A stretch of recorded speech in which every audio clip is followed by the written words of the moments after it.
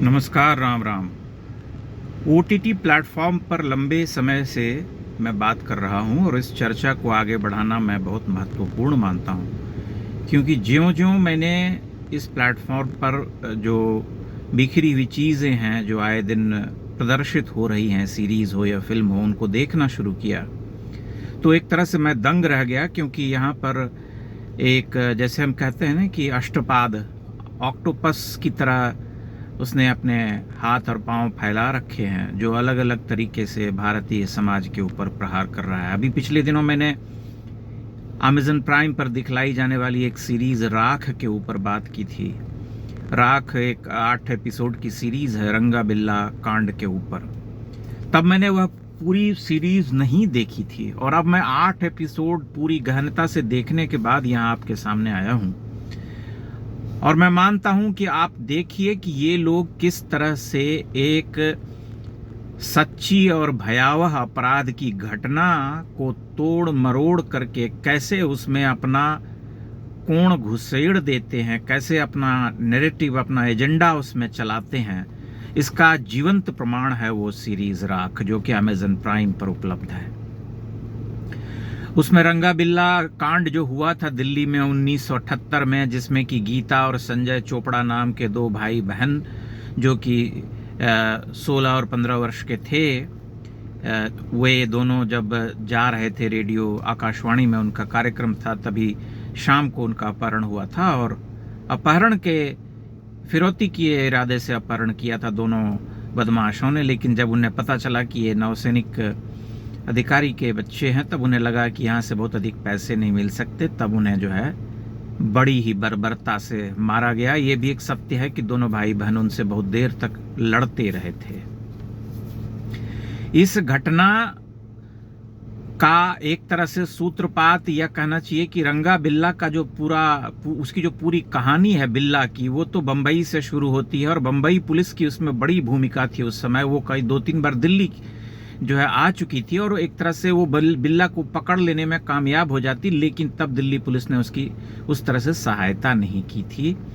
इस चक्कर से बिल्ला बच गया, जिसमें कि बंबई पुलिस की जो प्राइमरी भूमिका है उसे फिल्म में गायब कर दिया गया है, बाद में दिखलाया गया है।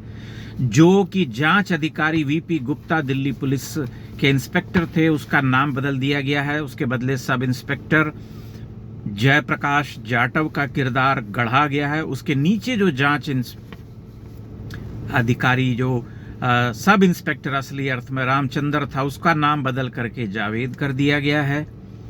जो चश्मदीद उन दोनों को उस कार में, दोनों भाई बहनों को जबरदस्ती ले जाते हुए जिन्होंने देखा था, 2-3 लोग थे।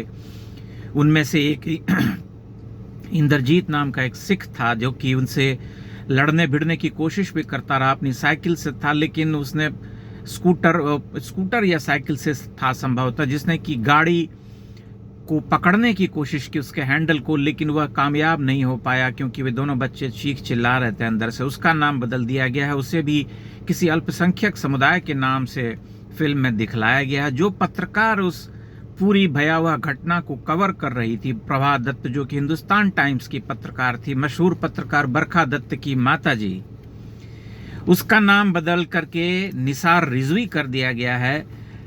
और सबसे महत्वपूर्ण बात ये कि जब कालका मेल में ये लोग भागने की कोशिश कर रहे थे आगरा के पास, जब इन्हें पकड़ा गया था रंगा बिल्ला को, तो उसमें पुलिस की भूमिका नहीं थी बल्कि सेना की भूमिका थी। वो सैनिकों को ले जाने वाली ट्रेन की बोगी थी जिसमें ये लोग घुस गए थे। जब उनसे पहचान पत्र मांगा गया तो इन्होंने नहीं दिखाया और उसमें से जवानों में से मौजूद एक जवान ने उनको पहचान लिया, क्योंकि उनके फोटो जो हैं वायरल हो गए थे, अखबारों में छप रहे थे कि ये जो दोनों नरपिशाच घूम रहे हैं, इन्हें कोई देखे तो आप बताएं। तो उन्होंने पकड़ के उसे दबोचा और पुलिस को सौंपा।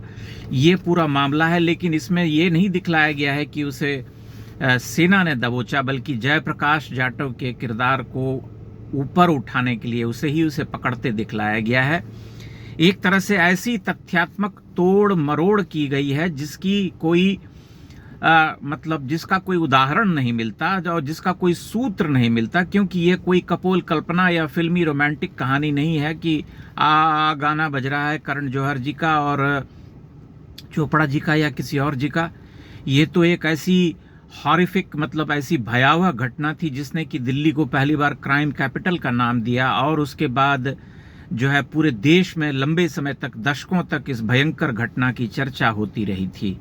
लोग आज भी बात करते हैं, दो कुख्यात अपराधी अगर पकड़े जाते हैं तो कहते हैं रंगा बिल्ला की जोड़ी है क्या। सबसे महत्वपूर्ण बात यह कि रंगा बिल्ला दोनों ही सिख कम्युनिटी के थे, जबकि इस फिल्म में बिल्ला को मुंबई का दिखलाया गया है, उसे मराठी एक तरह से सिद्ध कर दिया गया। वह मराठी में बात करता है, उसकी पूरी आइडेंटिटी को सिख आइडेंटिटी से अलग करके मराठी आइडेंटिटी में ढाल दिया गया है। ये जो पूरा नैरेटिव है ये OTT प्लेटफॉर्म पर चल रहा है। ऐसी ही आप अनेकानेक सीरीज, अनेकानेक फिल्में देखेंगे जिसमें कि पूरे एक कड़वे सच को बदल करके, तोड़ मरोड़ करके उसे अफवाह के रूप में परिणत कर देना, या भारतीय सेना का ऐसा क्रूर वहशी चेहरा दिखलाना जिससे आप देख करके हैरत में पड़ जाएं। एक फिल्म, एक सीरीज है, घोल करके फिल्म है या सीरीज है, कश्मीर के ऊपर वह केंद्रित है कि वहाँ के सैन्य अधिकारी कैसे कश्मीर के लोगों को पकड़ करके उन्हें एक ऐसे सेल में बंद कर देते हैं जो कि एक खौफनाक गुफा जैसा है, जो कि जिसे हम कहते हैं कि हिटलर और यूरोप के जो यंत्रणा केंद्र थे, नाजियों के कैंप्स, या हम जो अंग्रेज़ों की फिल्म में देखते हैं, अमेरिकी फिल्म्स में देखते हैं कि किस तरह की बर्बरता या पाशविकता वहाँ के पुलिस अधिकारी वहाँ के अपराधियों के साथ करते हैं, उन सब बर्बरताओं को भी मात देने वाली फिल्म है वो घोल, जिसमें कि दिखलाया गया है कि भारतीय सेना के अफसर और जवान कितनी क्रूरता से कश्मीर के निर्दोष लोगों को पकड़ करके यातना दे रहे हैं। इस तरह की फिल्में जो हैं OTT प्लेटफॉर्म पर भरी पड़ी हैं। इसके अलावा निरंतर भारतीय समाज को छिन्न भिन्न करने वाली फिल्में और सीरीज श्रृंखलाएं वहाँ चल रही हैं, जिसमें कि परिवार की पूरी इकाई को तोड़ा मरोड़ा जा रहा है। कोई नैतिकता नहीं बची है समाज में या परिवार में, यही दिखलाया जा रहा है। ऐसे ऐसे अनैतिक संबंधों का दृश्यांकन है जिसकी कोई कल्पना नहीं कर सकता। नंगई, सेक्स और हिंसा की कोई बात ही नहीं है। ये सब मतलब चल रहा है निर्विरोध रूप से, और इसे रोकने की आवश्यकता है। इसे यूं लाइटली नहीं जाने दिया जा सकता, इस तरह से इसे छोड़ा नहीं जा सकता। इसलिए इस पर गंभीरता से स्क्रूटनी या विचार करने की आवश्यकता है। सरकार को इस पर सख्त कदम उठाना चाहिए। सेंसर बोर्ड को एक सुदृढ़ बोर्ड के रूप में परिणत करना पड़ेगा, जो इन सब फिल्मों पर, इन सीरीज के ऊपर अपनी पैनी निगाह रखे और देखे कि कौन सा कंटेंट समाज में चलाए जाने के योग्य है, क्योंकि इस कंटेंट को देखने के अनेकानेक खतरे हैं। एक तो यह कि यह समाज को विकृत कर रहा है, लोगों के मन में अपने ही समाज के प्रति घृणा और अपराध की ओर उसे प्रवृत्त करना, जिसे हम कहते हैं, वह तो हो ही रहा है। लेकिन सबसे बड़ा खतरा इसका यह भी है कि आप इसे घर में कभी भी नहीं देख सकते, क्योंकि कभी भी अचानक कोई भी दृश्य उसमें सामने आ सकता है जिसकी आप कल्पना नहीं कर सकते। इसलिए ये पूरा का पूरा जो नेक्सस है, इस पर कंट्रोल, इस पर नियंत्रण मैं परमावश्यक मानता हूँ। इसीलिए बार बार मैं यहाँ आकर के अपनी बात कहने की कोशिश करता हूँ। आप अपने विचार, अपनी टिप्पणियाँ इस बारे में अवश्य कीजिएगा। चैनल को लाइक और सब्सक्राइब भी करते रहिए। बहुत बहुत धन्यवाद।